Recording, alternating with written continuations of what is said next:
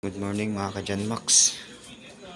Kasi kaso na tayo mga ka-Janmax kasi papasok na tayo.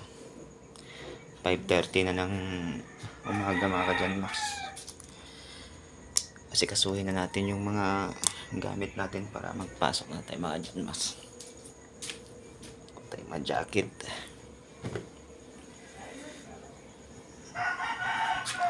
Ayusin na natin yung bag natin mga ka-Janmax.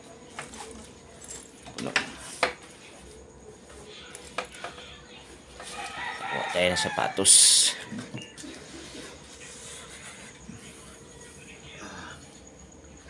Sapatos natin mga ka-Janmax para sa trabaho. Punas tayo ng motor mga ka-Janmax.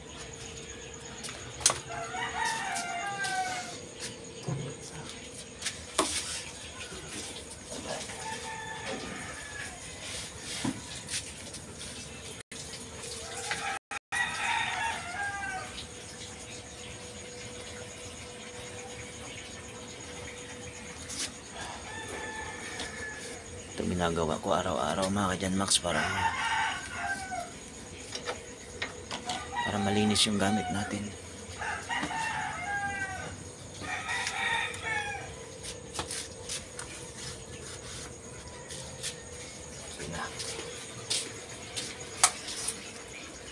Gayak na tayo mga ka-Janmax. Papasok na tayo.